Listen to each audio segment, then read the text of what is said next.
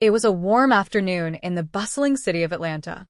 FBI's Special Agent Tara Johnson, a brilliant and highly respected Black woman, was driving back to her office after wrapping up an intense investigation. For months, she had been working tirelessly on a high-profile case, tracking down a dangerous drug cartel. Now, she was on the verge of a breakthrough. The long hours and relentless pressure were exhausting, but despite that, Tara felt an immense sense of pride in her work. Being one of the few Black women in a predominantly white, male-dominated agency wasn't easy, yet she had fought hard for her place. As she navigated through the busy streets, her mind raced with details of the case. She was mentally replaying the latest intel, piecing things together when suddenly, flashing blue lights illuminated her rearview mirror. Startled, she glanced at the speedometer. She wasn't speeding. Confused, she signaled and pulled over, wondering what she could have possibly done wrong. A police car stopped behind her, and moments later, a tall white officer with a stern expression stepped out. His hand rested on his gun holster as he slowly approached her window. Tara rolled it down, keeping her composure, already reaching for her FBI badge. She was ready to explain. "Good afternoon, officer.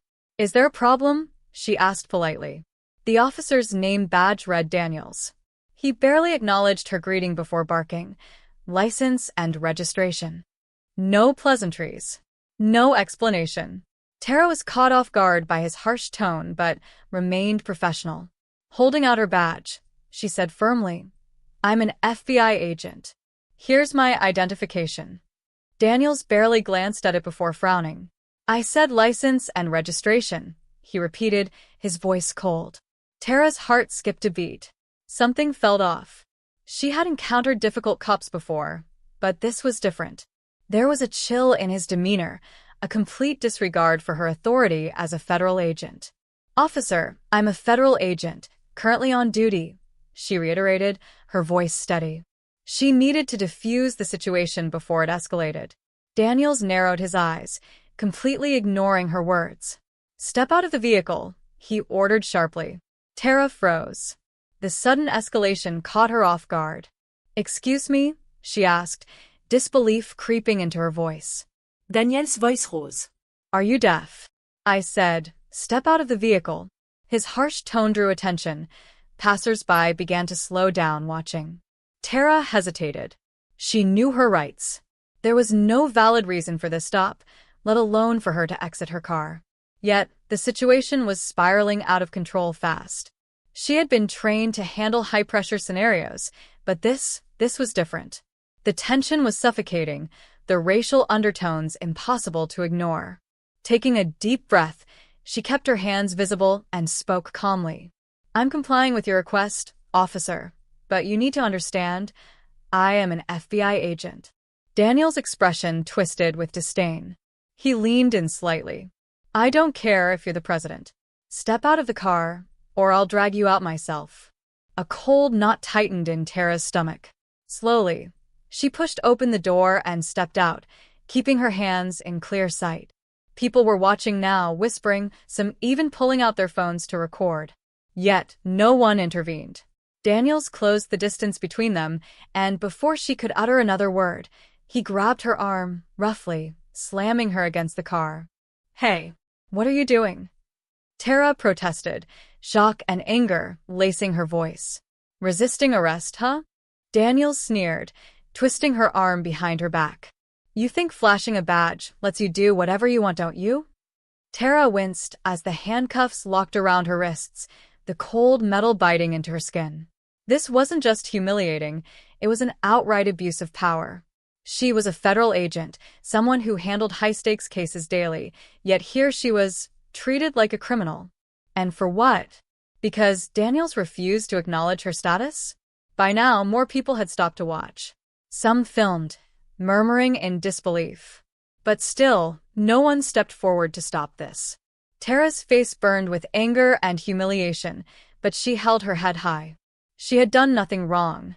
She refused to let this racist officer break her spirit.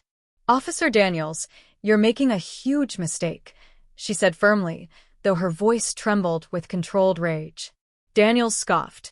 "Shut your mouth." His grip on her tightened. "You think you're better than everyone else just because you work for the FBI?" he spat. "Well, guess what? You're not above the law." Tara's mind raced. She needed to stay calm.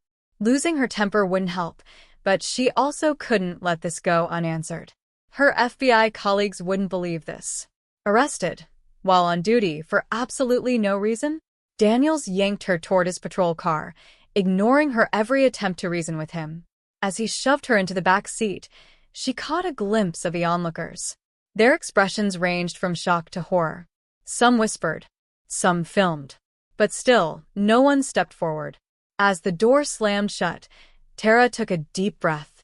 She had been in tough situations before. But this felt personal. Daniels had crossed a line, and she would make sure he paid for it. Her mind was already working. Should she call for backup? File a formal complaint? She couldn't lose her temper, not now. But she would not let this injustice go unchallenged. As the patrol car pulled away from the curb, Tara's thoughts raced. This was far from over. The realization hit her like a ton of bricks. No one was going to step in on her behalf. She was completely on her own. Daniels shoved her into a small, dimly lit interrogation room and slammed the door behind them. A single metal table and 2 chairs sat in the middle of the room. Without a hint of hesitation, he forced her down into one of the chairs, her wrists still bound in cuffs. "Let's get one thing straight," he started, pacing back and forth in front of her. "I don't care who you claim to be. As far as I'm concerned, you're just another criminal trying to pull a fast one." Tara's glare was sharp and unwavering. She refused to be intimidated. "You're violating my rights," she said firmly. "You have no legal reason to hold me here, and when this is over, you will regret it." Daniels stopped pacing. Slowly, he leaned in, his face mere inches from hers. "Is that a threat, Agent?" he asked, his voice dangerously low. Tara didn't so much as blink. "It's a promise." For a moment, he just stared at her, then let out a bitter laugh. "You really think you're untouchable, don't you? Flashing that badge like it actually means something." His smirk deepened as he shook his head. "Well, let me tell you something. You're in my territory now." The tension in the air was thick, but Tara refused to look away. Her voice was steady as she met his gaze head-on. "I've dealt with threats far worse than you, Officer Daniels," she stated. "And trust me, you won't get away with this." Daniels straightened, his smirk never faltering. "We'll see about that," he muttered before turning on his heel and walking out, locking the door behind him.